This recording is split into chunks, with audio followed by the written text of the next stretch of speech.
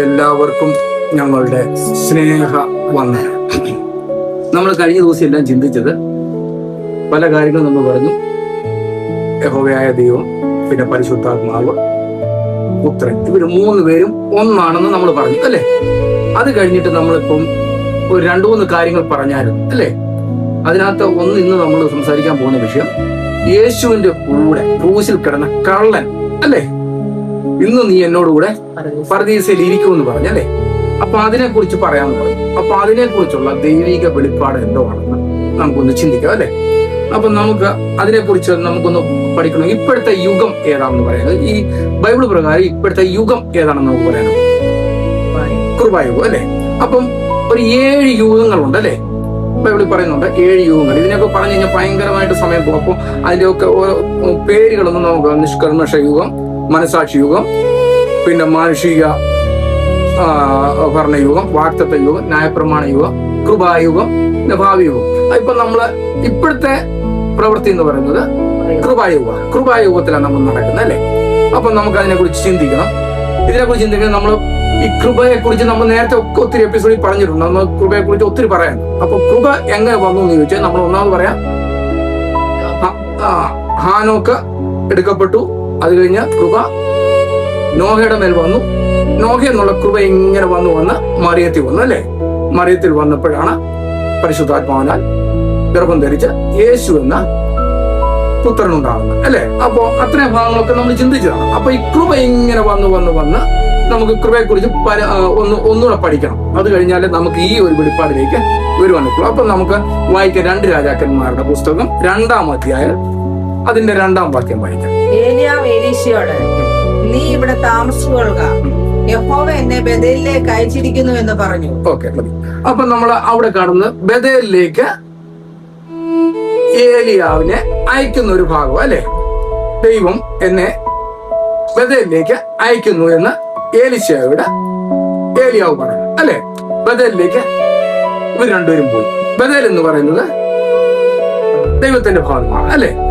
അവിടെ ദൈവത്തിന്റെ ഭവനത്തിൽ നിന്ന് ബേഥേൽ എന്ന് പറയുമ്പോൾ ദൈവത്തിന്റെ ഭവനം നമ്മൾ പറയുന്നത് അല്ലെ.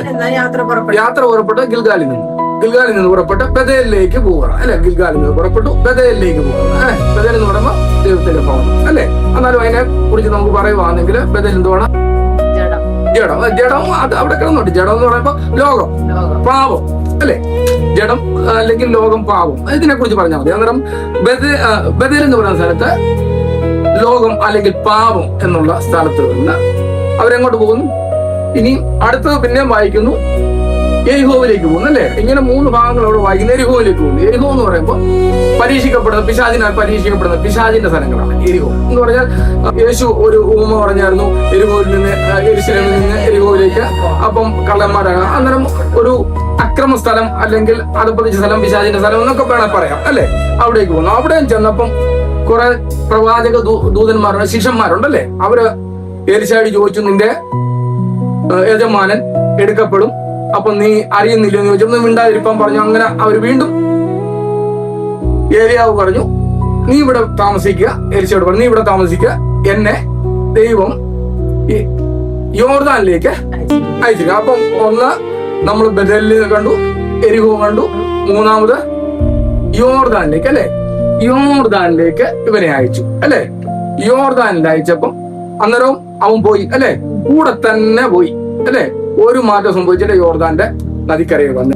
അവർ അക്കരെ കടന്ന ശേഷം ഏലിയാവ് എലീശയോട്, ഞാൻ നിങ്ങളിൽ നിന്ന് എടുത്തു കൊള്ളപ്പെടും മുമ്പേ ഞാൻ നിനക്ക് എന്തു ചെയ്തു തരേണം ചോദിച്ചു കൊള്ളുക എന്ന് പറഞ്ഞു. അതിന് ഏലീശ, എന്റെ ആത്മാവിന്റെ ഇരട്ടിപ്പങ്ക് എന്റെ മേൽ വരുമാറാകട്ടെ എന്ന് പറഞ്ഞു. അതിന് അവൻ, നീ പ്രയാസമുള്ള കാര്യമാകുന്നു ചോദിച്ചത്. ഞാൻ നിങ്ങളിൽ നിന്ന് എടുത്തുകൊള്ളപ്പെടുമ്പോൾ നീ എന്നെ കാണുന്നുവെങ്കിൽ നിനക്ക് അങ്ങനെ ഉണ്ടാകും, അല്ലെന്ന് വരികിൽ ഉണ്ടാകുകയില്ല എന്ന് പറഞ്ഞു. അവർ സംസാരിച്ചുകൊണ്ട് നടക്കുമ്പോൾ അഗ്നിരഥവും അഗ്നിയക്ഷങ്ങളും വന്ന് അവരെ തമ്മിൽ വേർപിരിച്ചു. അങ്ങനെ ഏലിയാവ് ചുഴലിക്കാറ്റിൽ സ്വർഗത്തിലേക്ക് കയറി. എലീശ അത് കണ്ടിട്ട്, എന്റെ പിതാവേ, എന്റെ പിതാവേ, ഇസ്രായേലിന്റെ തേരും തേരാളികളും എന്ന് നിലവിളിച്ചു. പിന്നെ അവനെ കണ്ടില്ല. അപ്പോൾ അവൻ തന്റെ വസ്ത്രം പിടിച്ചു 2 ഖണ്ഡമായി കീറിക്കളഞ്ഞു. അപ്പം ഇതിനകത്ത് വായിക്കുന്നത് ഏലിയാവ് എലീശ യോർദാനെ യോർദാന്റെ അടുക്ക വന്നു. ഏലിയാവ് എന്ത് ചെയ്തു? തന്റെ പുതപ്പെടുത്ത് മടക്കി വെള്ളത്തിലടിച്ചു. വെള്ളം രണ്ടായിട്ട് പിരിഞ്ഞു. ഇവർ രണ്ടുപേരും അക്കരെ ചെന്ന് കഴിഞ്ഞിട്ട് ഉള്ള ഭാഗങ്ങളാണ് നമ്മളിപ്പം വായിച്ചത് അല്ലേ? അപ്പം അക്കരെ ചെന്നിട്ട് ഏലിയാവ് എലീശയോട് ചോദിച്ചു, നീ എന്താണ് എന്നെ ഇങ്ങനെ പിന്തുടരുന്നത് അല്ലേ? പിന്തുടരുന്നതിന്റെ കാരണം എന്താണ്? അപ്പം എലീശ പറഞ്ഞു, നിന്റെ ആത്മാവിന്റെ ഇരട്ടി പങ്ക് എനിക്ക് വേണം അല്ലെ? അപ്പം അവന് ഇച്ചിരി പ്രയാസമുള്ള കാര്യമാണ് ചോദിക്കുന്നതൊക്കെ പറഞ്ഞല്ലേ? ഇതെല്ലാം പറഞ്ഞു കഴിഞ്ഞിട്ട് അങ്ങനെ സംഭവിക്കാൻ ഞാൻ എടുക്കപ്പെടുന്ന നീ കാണുകയാണെങ്കിൽ അല്ലെ, കാണുകയാണെങ്കിൽ നിനക്ക് അങ്ങനെ സംഭവിക്കുന്നു. അപ്പം എന്തോ ചെയ്തു? ചുഴലിക്കാറ്റ് വന്നു, അഗ്നിരഥങ്ങളും അശ്വങ്ങളും വന്നു, അവരെ തമ്മിൽ വേർതിരിച്ചു. അപ്പൊ ഏലിയാവ് എടുക്കപ്പെട്ടു. അപ്പം ഏലിയാവിനെ കണ്ടു അല്ലെ? കണ്ടു കഴിഞ്ഞു, വേർതിരിച്ചു കഴിഞ്ഞിട്ടും കണ്ടു അല്ലെ? അത് കഴിഞ്ഞിട്ട് ഏലിയാവിന്റെ എലീശ പറഞ്ഞു, എന്റെ പിതാവേ ഇസ്രായേലിന്റെ തേരും തേരാളികളെ നിലവിളിച്ചു. അത്ര ഒരു നിലവിളി ഉണ്ടായി. പിന്നെ ഏലിയാവിനെ കണ്ടു അല്ലെ? ഏലിയാവ് അങ്ങ് പോയി. അപ്പം ഏലിയാവിൽ നിന്ന് പുതപ്പ് വീണു. ഈ പുതപ്പ് എന്ന് പറയുന്നത് കൃപയാണ് അല്ലെ? നമ്മൾ നേരത്തെ പറഞ്ഞ ഈ കൃപ ഈ ഭൂമിയിൽ വേണം അല്ലെ? കൃപ പണ്ട് മുതലേ ഭൂമിയിലുണ്ട് അല്ലെ? കൃപ എന്ന് പറഞ്ഞ പരിശുദ്ധാത്മാവ് അല്ലെ? നമ്മൾ പറഞ്ഞല്ലേ? അപ്പം ഈ പരിശുദ്ധാത്മാവ് പറയുന്ന ഒരാളെ ക്രിയ ചെയ്യാൻ ഈ പരിശുദ്ധാത്മാവ് പറയുന്നത്, അഥവാ കൃപ എന്ന് പറയുന്ന വ്യക്തിത്വം എന്ന് പറയുന്നത്, കൃപ എന്ന് പറയുന്നത് ഒരാളെ ഏത് സമയം ഒരു സെക്കൻഡ് കൊണ്ട് അവനെ വേർതിരിക്കാം. അവന് നല്ലത് ചെയ്യാം, അഴുക്ക് ചെയ്യാം, അവനെ ക്രമീകരിക്കാനുള്ള ഒരു ടൈമിംഗ് ആണ്. ഒരു സെക്കൻഡ് മതി ഒരു തന്നെ നല്ലതാക്കാനും ചീത്തയാക്കാനും. കൃപ എന്ന് പറയുന്നത് നല്ലതാക്കാനേ ഉള്ളൂ, അഴുക്കാക്കാനല്ല. പക്ഷെ കൃപ എന്ന് പറയുന്ന പരിശുദ്ധാത്മാവ് എന്ത് ചെയ്യണം? ഒരു മനുഷ്യനെ സെക്കൻഡുകൾക്കകം ക്രമീകരിക്കാം എന്ന് പറഞ്ഞാൽ അവനെ എല്ലാ പാപത്തിൽ നിന്ന് മോചിക്കാനുള്ള ഒരു കഴിവ് ഈ പരിശുദ്ധാത്മാവുണ്ട്. അത് കൃപയ്ക്കുണ്ട്. അതുകൊണ്ടാണ് ഈ പരിശുദ്ധാത്മാവ് വന്നു കഴിഞ്ഞാൽ ഈ പാപത്തെ കുറിച്ച് നീതിയെ കുറിച്ചുള്ള ബോധം വരുത്തുന്നതിന്റെ മെയിൻ കാരണം അതിനെ ചേഞ്ച് വരുത്തവന്. അതിനാണ് നമ്മൾ പഴയ നിയമത്തിൽ പറഞ്ഞത് എന്തോ വെള്ളത്തിനെതിരെ ആത്മാവ് പരിവർത്തനം വരുത്താനുള്ള കഴിവുണ്ട്. അപ്പൊ ഇങ്ങനെ സംഭവിച്ച് ഇവന് ഇത് കണ്ടു അല്ലെ? ഏലിയാവിൽ നിന്നുള്ള പുതപ്പ് വീണു അല്ലെ? അത് കഴിഞ്ഞിട്ട് ഇവന് എന്ത് ചെയ്തു? വസ്ത്രം കീറി എന്ന് പറയുമ്പോൾ അവിടെ ചിന്തിക്കേണ്ടത് അവൻ ഈ ഏലീശയുടെ കൂടെ നടന്നിട്ടേ ഉള്ളൂ അല്ലെ? ഏലിയാവിന്റെ കൂടെ നടന്നിട്ടേ ഉള്ളൂ അല്ലെ? അങ്ങനെയല്ല ചെയ്തിട്ടുള്ളൂ. അത്ഭുതങ്ങളൊക്കെ കണ്ടിട്ടേ ഉള്ളൂ. പക്ഷെ ഇവന് കൃപയില്ല. ഏതാ? ഏലിയാവിന്റെ കൂടെ നടന്നതേ ഉള്ളൂ. ഇവൻ ചെയ്യുന്ന കണ്ടതേ ഉള്ളൂ. ഇവൻ എന്തോന്ന് ഇതിനെ അറിയത്തില്ല. ഇവൻ കണ്ടു, എല്ലാ കാര്യങ്ങളും കാണുന്നുണ്ട്. അഹാവിന്റെ രഥത്തിന് മുന്നേ ഏലിയാവ് ഓടിപ്പോകുന്നു, ഇവനെല്ലാം കണ്ടിട്ടുണ്ട്. പക്ഷെ ഇവൻ എന്തോ സംഭവം എന്ന് അറിയത്തില്ല. ഇവൻ അത് ഈ ഏലീശ എന്ത് ചെയ്തു? ഏലിയാവ് എടുക്കപ്പെട്ട് കഴിഞ്ഞപ്പോ അവന്റെ വസ്ത്രം കീറി എന്ന് പറഞ്ഞാൽ അവന്റെ പാപത്തിൽ നിന്നുള്ള വസ്ത്രം കീറി എന്ന് പറഞ്ഞാൽ, എടാ ഇത്രയും നാള് ഞാൻ ഈ ഏലിയാവിന്റെ കൂടെ നടന്നതേ ഉള്ളു. കൂടെ നടന്നു, എന്ത് ചെയ്യുന്നു, എന്ത് കാണുന്നു, അവന്റെ ഇരട്ടി പങ്ക് വേണമെന്ന് വരെ പറഞ്ഞു അല്ലെ? എന്താ സംഭവം എന്നൊന്നും എനിക്കറിയത്തില്ല അല്ലെ എന്ന് അവൻ ചിന്തിച്ചു. പക്ഷെ പുതപ്പ് വീണ് കഴിഞ്ഞാൽ അവൻ ആദ്യം ചെയ്തത് എന്തോന്നു? അവൻ നേരെ കൃപത്തിന്റെ അവന്റെ വസ്ത്രം കീറി എന്ന് പറഞ്ഞാൽ അവന്റെ പാപത്തിൽ നിന്നുള്ള എല്ലാ സ്വഭാവങ്ങളും മാറ്റി. ആ വസ്ത്രം എന്നുള്ളത് രണ്ടായിട്ട് കീറി എന്ന് പറഞ്ഞു കഴിഞ്ഞാൽ അവന്റെ എല്ലാ ചിന്തകളും മാറി. പാപത്തിൽ നിന്നുള്ള എല്ലാ ചിന്തകളും മാറി ദൈവത്തെങ്കിലേക്ക് അവൻ അടുത്തു. അത് കഴിഞ്ഞിട്ട് അവൻ ചെയ്തത് ഏലിയാവിൽ നിന്ന് വീണ പുതപ്പെടുത്ത് യോർദാനെ അടിച്ചു അല്ലെ? അപ്പൊ അവൻ ഒരു രണ്ടുമൂന്ന് വാക്കുകൾ പറയുന്നുണ്ട് അല്ലെ? ഇസ്രായേലിന്റെ തേരും തേരാളി, എന്റെ പിതാവേ ഇസ്രായേലിന്റെ തേരും തേരാളികളും എന്ന് നിലവിളിച്ചു. അത് കഴിഞ്ഞിട്ട് അവനെ കണ്ടില്ല. അത് കഴിഞ്ഞിട്ട് അവൻ തന്റെ വസ്ത്രം പിടിച്ചു രണ്ട് ഖണ്ഡമായി കീറിക്കളഞ്ഞു. പിന്നെ അവൻ ഏലിയാവിന്മേൽ നിന്ന് വീണ പുതപ്പ് എടുത്ത് മടക്കി ചെന്ന് യോർദാനരികെ നിന്നു. ഏലിയാവിൽ നിന്ന് വീണ പുതപ്പ് കൊണ്ട് അവൻ വെള്ളത്തെ അടിച്ചു. ഏലിയാവിന്റെ ദൈവമായ യഹോവ എവിടെയെന്ന് പറഞ്ഞു. അപ്പോൾ ഏലിയാവിന്റെ ദൈവം എവിടെയെന്നാണ് അന്ന് അവന് നേരത്തെ ചോദിക്കത്തില്ലായിരുന്നു. എന്റെ ദൈവം എന്ന് പറയത്തില്ലായിരുന്നു. എന്താ ഏലിയാവിന്റെ ദൈവം എന്ന് പറയും? അവൻ ഇതുവരെ ദൈവകൃപയൊന്നും പ്രാപിച്ചിട്ടില്ല, കൃപയൊന്നും കിട്ടിയിട്ടില്ല. അവൻ ഈ ഏലിയാവിന്റെ കൂടെ നടന്ന് ചെയ്യുന്ന പ്രവൃത്തികളൊക്കെ കണ്ടതേ ഉള്ളൂ. അവന് പ്രവൃത്തി ദൈവകൃപയുടെ വലിപ്പം എന്തെന്ന് അറിയത്തില്ലായിരുന്നു. അതുകൊണ്ടാണ് അവൻ അവിടെ ചോദിച്ചത് ഏലിയാവിന്റെ ദൈവം എവിടെയാണ് ചോദിച്ചു. കഴിഞ്ഞിട്ട് എന്തോ ചെയ്തു? അവൻ വെള്ളത്തെ വെള്ളത്തെ അടിച്ചു. ഇങ്ങോട്ട് തിരിച്ചു പോന്നപ്പം നമ്മൾ സ്വാഭാവികമായിട്ട് ചിന്തിക്കേണ്ട ഒരു കാര്യമാണ്, ഏലിയാവും ഏലിശയും കൂടെ മുന്നോട്ടേക്ക് പോന്നു. യോർദാനിലെ വെള്ളത്തെ അടിച്ചപ്പോ രണ്ടായിട്ട് മാറി അല്ലെ. രണ്ടായിട്ട് മാറി കഴിഞ്ഞ് ഇവർ അക്കരെ കയറി അല്ലെ. അക്കരെ കയറി കഴിഞ്ഞപ്പോ ഈ വെള്ളം എങ്ങനെ നൂർന്നു പോകും? പക്ഷെങ്കിൽ ഏലിയാവ് വീണ്ടും ഈ വെള്ളത്തെ അടിച്ചില്ല അല്ലെ. അടിക്കാതെ എങ്ങനെയാണ് ഈ വെള്ളം വന്നത്? നമ്മളത് ചിന്തിക്കേണ്ട ഒരു കാര്യം. നമ്മുടെ മോശ എന്തോ ചെയ്തു? ചെങ്കടലിൽ വടി നീട്ടിയപ്പോ രണ്ടായിട്ട് അത് കഴിഞ്ഞ് അക്കരെ ചെന്ന് വെച്ചാൽ തിരിച്ചു നീട്ടിയപ്പോ ഒന്നായി അല്ലേ. ഇവിടെ ഈ സംഭവം കാണുന്നില്ല. എന്നുവെച്ചാൽ ഈ ഏലിയാവും ഏലിശയും കൂടെ ഈ യോർദാനെ പുതപ്പടിച്ചു. അത് കഴിഞ്ഞ് അക്കരെ കയറി കഴിഞ്ഞ് ഈ പുതപ്പ് തിരിച്ചടിച്ചില്ല. അത് കഴിഞ്ഞിട്ട് പിന്നെ ഓർത്തണം, യോശുവ ഇസ്രായേൽ മക്കളുമായിട്ട് പോകുമ്പോൾ പുരോഹിതന്മാരുമായിട്ട് നിയമപ്പെട്ടതും കൊണ്ട് യോർദാന്റെ അരികെ വന്ന് പുരോഹിതന്മാർ വെള്ളത്തിന്മേൽ അതിന്റെ കാല് ചവിട്ടിയപ്പോൾ യോർദാൻ രണ്ടായിട്ട് വിഭാഗിച്ചു. അത് കഴിഞ്ഞിട്ട് അക്കരെ കയറി കഴിഞ്ഞപ്പോ വീണ്ടും ഇവരുടെ കാൽപാദം മറിഞ്ഞു കഴിഞ്ഞപ്പോ അഥവാ വെള്ളത്തിന് കയറി കഴിഞ്ഞപ്പോ വീണ്ടും ഒന്നായി. പക്ഷെ ഇവിടെ നമ്മൾ കാണുന്നില്ല അല്ലെ. ഏലിയാവും ഏലിശയും അക്കരെ ചെന്നു വെച്ചാൽ ഏലിയാവ് പുതപ്പ് തിരിച്ചടിച്ചില്ല. അത് കഴിഞ്ഞിട്ട് പിന്നെ വരുമ്പോൾ ഏലിശ പുതപ്പടിക്കുന്നത് അല്ലെ. ഏലിശ പുതപ്പടിക്കുന്നു. അപ്പം വെള്ളം എങ്ങനെ ഒന്നാണ് നമുക്കൊരു സംശയം വരാം. അപ്പൊ ഒന്നാമത്തെ കാര്യം അവിടെ ചിന്തിക്കേണ്ടത്, ഏലിയാവിന് മാത്രമുള്ള കൃപ.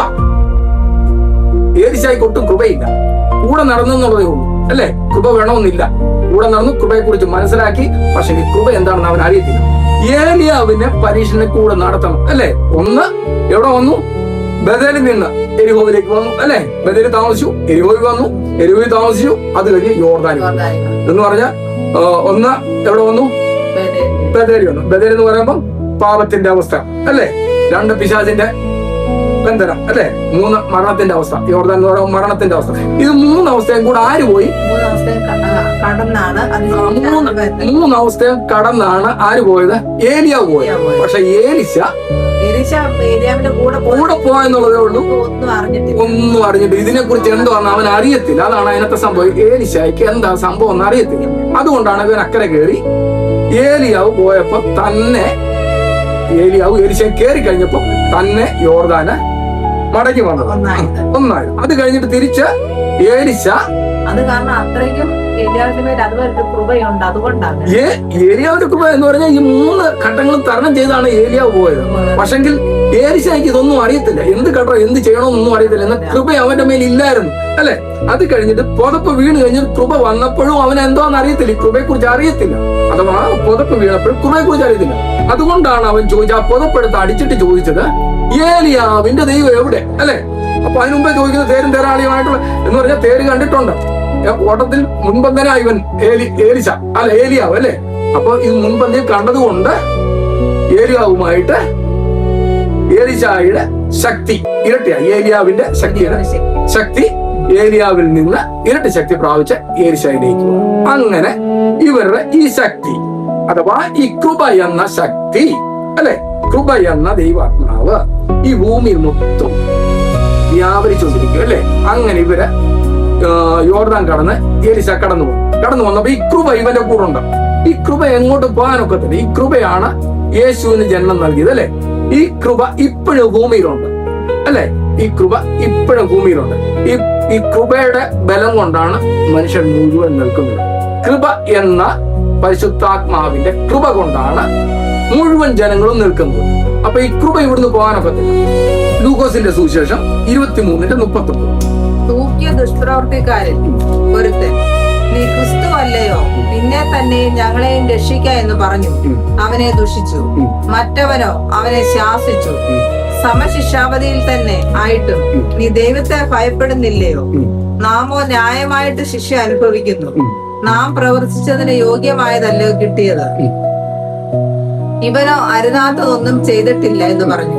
പിന്നെ അവൻ, യേശുവേ, നീ രാജ്യത്വം പ്രാപിച്ചു വരുമ്പോൾ എന്നെ ഓർത്തുകൊള്ളണമേ എന്ന് പറഞ്ഞു. യേശു അവനോട്, ഇന്ന് നീ എന്നോടുകൂടെ പറുദീസയിലിരിക്കും എന്ന് ഞാൻ സത്യമായി നിന്നോട് പറയുന്നു എന്ന് പറഞ്ഞു. അപ്പൊ ഈ വാക്യം നമുക്ക് എല്ലാവർക്കും അറിയാം അല്ലെ. അപ്പം ഇവിടെ എന്താ സംഭവം? യേശുവിന്റെ ക്രൂശീകരണം അല്ലെ സംഭവിച്ചു. അപ്പൊ അതിന്റെ കൂട്ടത്തില് രണ്ട് കള്ളന്മാരെ അല്ലെ ക്രൂശിച്ചു. ക്രൂശി കഴിഞ്ഞിട്ട് ഒരു കള്ളൻ നീ ദൈവപുത്രനല്ലേ അല്ലെ ചോദിച്ചു. നീ ദൈവപുത്രനല്ല, തന്നെ താൻ രക്ഷിച്ച ഞങ്ങളെ കൂടെ രക്ഷിക്കും അല്ലെ. നീ എന്നിട്ട് ഇറങ്ങി വാ, തന്നെ താൻ രക്ഷിക്കും വെച്ചാൽ ഞങ്ങളെ കൂടെ രക്ഷിക്കാം. അപ്പൊ നീ ദൈവമല്ലേ. അപ്പം മറ്റേ കള്ളൻ പറഞ്ഞത് നമ്മളൊക്കെ ശിക്ഷയ്ക്ക് അർഹപ്പെട്ടവരാ അല്ലെ, നമ്മൾ തെറ്റ് ചെയ്തിട്ട് ശിക്ഷ അനുഭവിക്കും. ഈ മനുഷ്യൻ ഒരു തെറ്റും ചെയ്തിട്ടില്ല, എന്നിട്ട് ശിക്ഷ അനുഭവിച്ചു. അത് കഴിഞ്ഞിട്ട് പറഞ്ഞു അല്ലെ, പിന്നെ പറഞ്ഞത് നീ രാജ്യത്വം പ്രാപിച്ചു വരുമ്പോൾ. അപ്പൊ അവൻ എങ്ങനെ മനസ്സിലായി നീ രാജ്യത്വം പ്രാപിച്ചു വരും അല്ലെ? നമ്മൾ ചിന്തിക്കേണ്ട ഒരു കാര്യം, നീ രാജ്യത്വം പ്രാപിക്കും. ദൈവപുത്രനാണ്. കള്ളന് മനസ്സിലായി അത് തന്നെയല്ല, നീ രാജ്യത്വം പ്രാപിച്ചു വരും വരുമെന്നല്ലേ അവൻ പറഞ്ഞ. രാജ്യത്വം പ്രാപിച്ചു വരുമ്പോൾ എങ്ങനെ അറിയാം? അത് കള്ളന്. അപ്പം കുറെയൊക്കെ ഏകദേശമൊക്കെ ദൈവത്തെ കുറിച്ച് യേശുവിനെ കുറിച്ച് അറിഞ്ഞ് കാണും, മനസ്സിലാക്കി കാണും. പക്ഷെങ്കിൽ അവൻ എന്നാലും ഒരു ഗ്രാഹ്യമില്ല എങ്ങനെ അവൻ തിരിച്ചു വരും, രാജ്യത്വം പ്രാപിക്കും എന്നുള്ളത്. അപ്പൊ രാജ്യത്വം പ്രാപിക്കുന്ന അതിനെ കുറിച്ചുള്ള മെയിൻ വെളിപ്പാടെന്ന് പറയുന്നത് ഈ ഭൂമിയിൽ ആരാ ഇപ്പം വാസം ചെയ്തുകൊണ്ടിരിക്കുന്നത്? കൃപ എന്ന പരിശുദ്ധാത്മാവ്. ഈ കൃപ എന്ന പരിശുദ്ധാത്മാവ് ആരെ ചേഞ്ച് ചെയ്യാന്ന് ഞാൻ പറഞ്ഞു അല്ലെ. എപ്പോഴും ചേഞ്ച് ചെയ്യാം, ഒരു മനുഷ്യനെ എപ്പോഴും ചേഞ്ച് ചെയ്യാം, ഒരു സെക്കൻഡ് മതി ചേഞ്ച് ചെയ്യാൻ. അപ്പം യേശുവിന്റെ മുന്നിൽ ക്രൂശിക്കിടന്ന ഒരു കള്ളൻ പറഞ്ഞു നീ രാജ്യത്വം പ്രാപിച്ചു വരുമ്പോൾ എന്നെയും ഓർത്തു. അപ്പോൾ ഉടനെ യേശു പറഞ്ഞത് ഇന്ന് നീ എന്നോടുകൂടെ പറുദീസയിലിരിക്കും. അതിന്റെ മെയിൻ വെളിപ്പാടെന്ന് പറയുന്നത് കൃപായുഗം തീരും. കൃപായുഗം തീർന്നു കഴിയുമ്പോൾ ഈ കൃപയും കൊണ്ട് യേശു എന്ന ദൈവപുത്രൻ അഥവാ ദൈവം, പരിശുദ്ധാത്മാവുന്ന ദൈവം ഈ കൃപയും കൊണ്ട് അങ്ങ് പോവുകയാണ്. ഈ കൃപയും കൊണ്ട് പറുദീസയിലേക്ക് പോവുക എന്ന് പറഞ്ഞാൽ പിന്നെ വരുന്നത് ഇവിടെ മഹോദരകാലം എന്ന് പറയുന്ന ഒരു സംഭവമാണ്, 7 വർഷക്കാലം. അപ്പൊ ഈ കൃപ ഇവിടെ ഇല്ല. ഈ കൃപയും കൊണ്ട് പോകുന്ന ഒരു അവസ്ഥയാണ് ഈ കള്ളന്റെ അവസ്ഥ എന്ന് പറഞ്ഞാൽ. കള്ളൻ പോയി പറുദീസയിൽ ഇരുന്നെന്നല്ല അതിന്റെ അർത്ഥം. കള്ളൻ അവൻ തെറ്റ് ചെയ്തവനെ കൊണ്ട് പോയി പറുദീസയിൽ ഇരുന്നോ. തെറ്റ് ചെയ്താൽ ഒരു സെക്കൻഡ് മതി അവനെ ക്ഷമ കൊടുക്കാൻ, അത് വേറൊരു പോക്ക്. പക്ഷെങ്കിൽ എന്ന് പറഞ്ഞാൽ ഇതിന്റെ സത്യമായിട്ടുള്ള വെളിപ്പാടെന്ന് പറഞ്ഞാൽ കൃപയുടെ അവസാനമാണിത്. ഏതാ? ക്രൂശിൽ കിടന്ന കള്ളൻ കൃപയുടെ അവസാനമാണ്. ഈ അവസാനത്തെ കള്ളനെ കൊണ്ടുവന്ന് പറഞ്ഞാൽ കൃപയും കൊണ്ട് അങ്ങ് പോവാ. കൃപ പിന്നെ ഭൂമിയിലില്ല.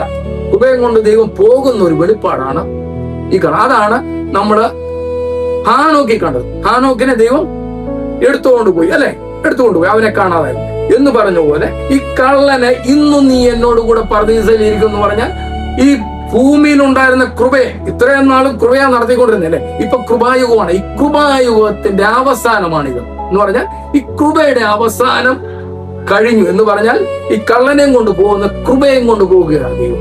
ഈ കൃപയുടെ പര്യവസാനമാണ് എന്ന് പറഞ്ഞാൽ ഇനി ഇത് കഴിഞ്ഞാൽ പിന്നെ കൃപയുടെ ഒരു വ്യാപാരവും ഭൂമിയിലില്ല. പറഞ്ഞ മനസ്സിലായി? ഈ കൃപയുടെ അവസാനമാണെന്ന് പറഞ്ഞാൽ പിന്നെ കൃപയില്ല പിന്നെ വരുമ്പോൾ മഹോദരകാലമാണ്. പിന്നെ വരുന്ന ഭാവി യുഗത്തെ കുറിച്ചുള്ള കാര്യങ്ങളാണ് വരുന്നത്. അന്നേരം അത് അവിടെ കിടക്കട്ടെ. അപ്പൊ ഇതിന്റെ മെയിൻ വെളിപ്പാടെന്ന് പറയുന്നത് ഇത്രയും നാൾ ഇവിടെ ഉണ്ടായിരുന്ന കൃപ ഏതാ? ദൈവിക കൃപ, ദൈവിക പരിശുദ്ധാത്മാവ്, ദൈവിക വെളിപ്പാടുകൾ, ദൈവിക അരുളപ്പാടുകൾ. ഈ കൃപ എന്ന് പറയുന്ന പരിശുദ്ധാത്മാവിനെ ഈ കള്ളൻ എന്ന് പറയുന്ന വ്യക്തിയിലൂടെ ഒരു സെക്കൻഡേ സംസാരിച്ചുള്ളല്ലേ, ഇവൻ ദൈവപുത്രനാണ്, നീ രാജ്യത്വം പ്രാപിച്ചു വരുമ്പോ എന്നെയും ഓർത്തോളണേ. ഈ ഒരൊറ്റ സെക്കൻഡ് കൊണ്ട് എന്തോ ചെയ്തു? ഇവന് രൂപാന്തരം വരുത്തുമ്പോ ജീവനിൽ ഉണ്ടായിരുന്ന പരിശുദ്ധാത്മാവിന്റെ കൃപയെ അങ്ങ് കൊണ്ടുപോയി എന്ന് പറഞ്ഞ പറുദീസയെ കൊണ്ടുപോയി. അവനെ പറുദീസയെ കൊണ്ടിരുത്തിയെന്നല്ല, കൃപ എന്ന് പറയുന്ന ആളിനെ, വ്യക്തിത്വത്തെ, പരിശുദ്ധാത്മാവിനെ ഈ ഭൂമിയിൽ നിന്ന് പറുദീസയിലേക്ക് എടുത്തുകൊണ്ടുപോയി എന്ന് പറഞ്ഞ കൃപയുടെ വ്യാപാരം തീർന്നു. പറഞ്ഞ മനസ്സിലായില്ലേ? കൃപയുടെ വ്യാപാരം തീർന്നു. ഇതാണ് അതിനകത്തെ മെയിൻ വെളിപ്പാടെന്ന് പറയുന്നത്. കൃപയുടെ അവസാനമാണ് കള്ളനെ, ക്രൂശിൽ കിടന്ന കള്ളനെ യേശു പറഞ്ഞത് ഇന്ന് നീ എന്നോടുകൂടെ പറുദീസയിൽ. ഇതാണ് ഇതിന്റെ സത്യത്തിലുള്ള വെളിപ്പാട്, ദൈവിക വെളിപ്പാടെന്ന് പറയുന്നത്. കൃപയുടെ അവസാനം, കൃപ തീർന്നു. ഈ കൃപ ഇനി ഒരിക്കലും ഭൂമിയിലേക്ക് വരത്തില്ല. ഇനി ഒരിക്കലും ഭൂമിയിലേക്ക് വന്നു കഴിഞ്ഞാൽ കൃപ എന്നുള്ള പദവി അവിടെ ഇല്ല. കൃപയുടെ അവസാനമാണ് എന്ന് പറഞ്ഞാൽ ഈ കള്ളനിലൂടെ എടുത്തുകൊണ്ട് പോയത് എന്ന് പറഞ്ഞാൽ കൃപയുടെ പര്യവസാനം എന്ന് പറഞ്ഞാൽ മനുഷ്യനെ ഇനി ഒരിക്കലും ചേഞ്ചിങ് വരുത്താൻ ഒക്കത്തില്ല. ഇത്രയും നാളും ചേഞ്ചിങ് വരുത്താനായിട്ട് ഞാനിവിടെ ഉണ്ടായിരുന്നു. ഏതാ കൃപ എന്ന് പറയുന്ന പരിശുദ്ധാത്മാവ് ഉണ്ടായിരുന്നു. ഇനി കൃപ എന്ന പരിശുദ്ധാത്മാവ് പോയി കഴിഞ്ഞാൽ ചേഞ്ച് വരുത്താൻ വേറെ ഒരാളിന്റെ ഇവിടെ. എല്ലാവരും പോയി. കർത്താവായ യേശുക്രിസ്തു വന്നു, വിശുദ്ധന്മാരെ എല്ലാം ചേർത്ത് കൊണ്ടുപോയി കഴിഞ്ഞാൽ പിന്നെ ഇവിടെ വരുന്ന മഹോദര കാലം. ആ കാലത്ത് കൃപയില്ല. ഇപ്പോൾ നടക്കുന്ന കൃപയും കൊണ്ട് കൊണ്ടുപോയി എന്നുള്ള മെയിൻ വെളിപ്പാടാണ് ദൈവവചനം അതിനെക്കുറിച്ച് നമ്മളോട് പറയുന്നത്, കാര്യങ്ങൾ സംസാരിക്കുന്നത്. എന്ന് പറഞ്ഞാൽ ഈ വാക്യത്തിൽ നമ്മൾ കാണുന്നത് കറക്റ്റ് ആയിട്ട് കൃപയുടെ പര്യവസാനം, കൃപയും കൊണ്ട് ദൈവം പോകുന്ന ഒരു വെളിപ്പാടാണ് ഈ ഒരു വെളിപ്പാട്. അതാണ് മനസ്സിലായത്. അപ്പൊ കൃപയുടെ അവസാനം ക്രൂശിൽ കിടന്ന കള്ളനെ കൊണ്ട് പോയപ്പോൾ കൃപയും കൊണ്ട് പോയി. അതാണ് അതിനകത്തെ മെയിൻ വെളിപ്പാട്. ഓക്കെ, അപ്പോൾ നമ്മൾ പറഞ്ഞത് മനസ്സിലായല്ലോ. തിരുമേശയെ കുറിച്ചുള്ള ദൈവിക വെളിപ്പാട് എന്താണെന്ന് വരും ദിവസങ്ങളിൽ നമുക്ക് ചിന്തിക്കാം. ദൈവം നമ്മെ എല്ലാവരെയും അനുഗ്രഹിക്കട്ടെ. ആമേൻ.